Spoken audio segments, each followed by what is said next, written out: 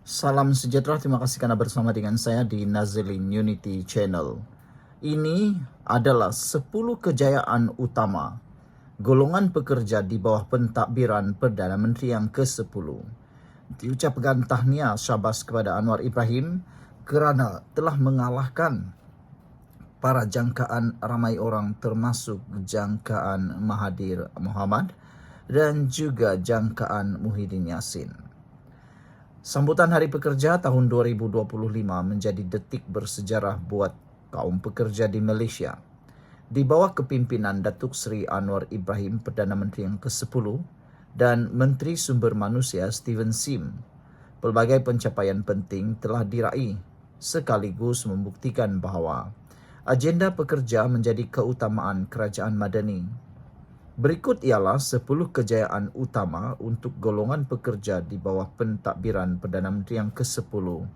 Sebelum kita teruskan ulasan dan juga pandangan ini, jangan lupa siapa ada masalah gout, kencing manis dan tinggi darah, cepat beli produk yang saya kongsikan ini kerana produknya bagus, murah, mujarab dan sudah ramai yang menggunakan dan mereka kata sangat baik.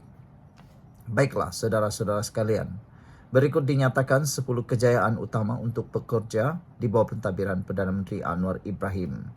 Nombor 1, kadar pengangguran terendah dalam sedekad menurun kepada 3.1% pada Februari 2025. Bermaksud saudara-saudara sekalian, Anwar Ibrahim telah mengalahkan pendahulu-pendahulu beliau. Perdana Menteri termasuklah Muhyiddin Yassin dan Ismail Sabri Yaakob serta Mahathir. Dalam tempoh 10 tahun kebelakang ini, Anwar Ibrahim telah berjaya menurunkan kepada 3.1% pada Februari 2025. Jadi nampaknya macam mana sekalipun pembangkang bising dan bersuara, mereka tetap kalah oleh angka ini. Perkara kedua, kejayaan di bawah Anwar Ibrahim ialah lebih ramai rakyat pekerja. Jumlah tenaga kerja meningkat dari 16.91 juta pada tahun 2023 kepada 17.34 juta pada tahun 2024. Nombor 3, kadar penyertaan tenaga buruh meningkat. Kini mencecah 70.6%. Keempat, penyertaan tenaga buruh wanita melonjak, meningkat kepada 56.8%, mencerminkan lebih ramai wanita aktif dalam ekonomi. Kelima, penggunaan kemahiran lebih optimum, kadar guna tenaga tidak penuh menurun kepada 36%. Keenam, graduan TVET semakin laku keras. Kadar keboleh pasaran graduan mencapai 94%. Ketujuh, perlindungan sosial diperluas. Jumlah pencarum perkeso sektor formal mencecah 9.9 juta orang. Kelapan, pekerja sendiri kini dilindungi pencarum perkeso. Kalangan pekerja sendiri meningkat kepada 900,000 orang, naik daripada 700,000 kepada 200 pada tahun 2023. Kesembilan, suri rumah mendapat perlindungan sosial. Skim suri rumah kini melindungi 500,000 pencarum berbanding hanya 200,000 pada tahun 2023. Kesepuluh, upah penengah meningkat. Buat pertama kali, upah penengah bulanan rakyat Malaysia melepasi nilai ambang RM3,000, iaitu RM3,045 sebulan. Namun, di sebalik pencapaian ini, Steven Sim tidak lupa pada nilai solidariti global. Dalam ucapannya semasa sempena sambutan Hari Pekerja 2025, beliau mengangkat suara pekerja Malaysia yang bersatu dengan rakyat Palestin. Ini bukan isu politik partisan tetapi nilai kemanusiaan yang merentas kaum dan agama. Ketika negara lain memilih untuk diam atau berpihak, suara pekerja Malaysia tetap teguh memihak kepada keadilan. Inilah wajah pekerja Malaysia hari ini, bukan sahaja produktif dan dilindungi, tetapi juga bermaruah.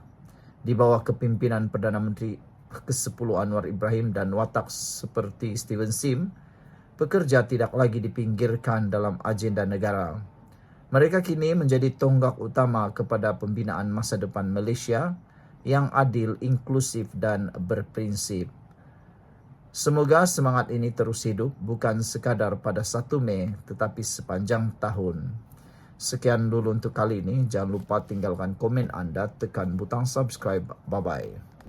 Salam sejahtera. Terima kasih kerana bersama dengan saya di Nazlin Unity Channel.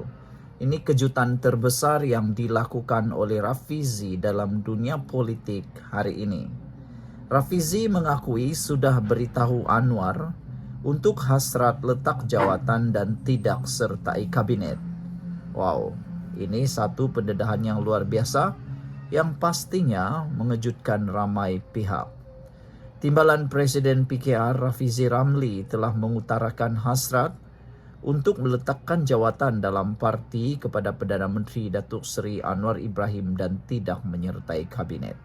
Sebelum kita teruskan ulasan kali ini, jangan lupa siapa yang ada masalah gout, kencing manis dan tinggi darah, tekan butang produk yang ada dalam video ini. Karena produk yang saya kongsikan adalah produk yang murah tapi berbaloi dan juga mujarab. Sudah ramai yang membelinya dan mereka kata membantu mereka untuk sihat. Cepat beli kerana stoknya sangat terhad, dan lebih penting daripada itu lagi, jaga kesihatan anda kerana uang bukan segala-galanya.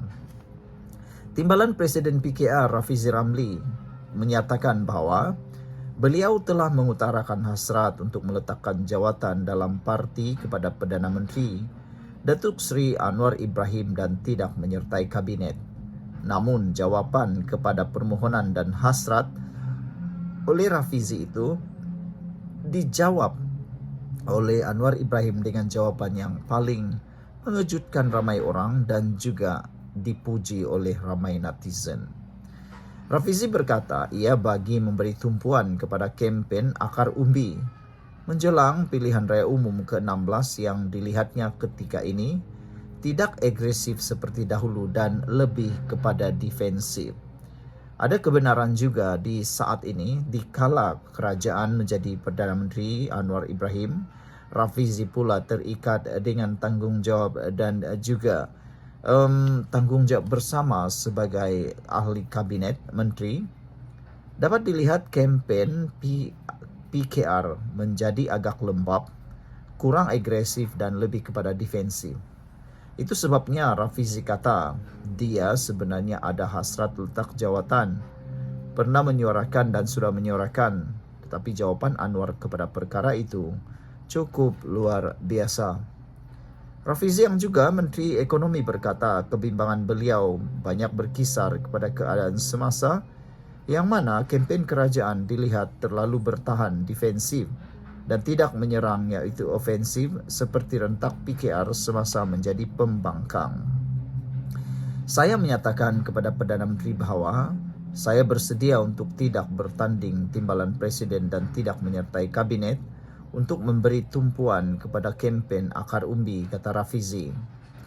Kedudukan saya sebagai seorang menteri menyebabkan saya terikat dengan konsensus pentadbiran kerajaan dan menyukarkan saya bersuara dengan lebih bebas seperti sebelum ini, kata beliau lagi. Ia menyumbang sedikit sebanyak kepada keadaan kempen PKR yang dilihat tidak agresif, katanya dalam satu penjelasan panjang di sosial media miliknya. Rafizi juga berkata sepanjang tempoh bercuti beliau telah bertemu dengan Anwar dan Datuk Seri Saifuddin Nasution Ismail untuk membincangkan hasratnya itu. Dalam pertemuan itu beliau turut menyatakan kesediaannya memberi laluan kepada Saifuddin Nasution untuk bertanding sebagai timbalan Presiden. Namun kata putus belum dicapai. Rafizi akan mempertimbang semula pandangan Anwar dan Saifuddin yang mahukan beliau tetap di dalam kabinet. Ini bagi membolehkannya kembali berkempen secara bebas dan agresif ke arah PRU 16 tanpa perlu terikat kepada peraturan kabinet dan kerajaan, kata Rafizi. Kedua-dua mereka memberi pandangan bahawa ada keperluan untuk saya kekal bertanding timbalan Presiden dan menjadi sebahagian dari kabinet. Saya nyatakan bahwa saya akan mengambil kira semua pandangan dan membuat keputusan akhir, ujar beliau lagi. Sekian untuk kali ini, jangan lupa tinggalkan komen Anda. Bye-bye.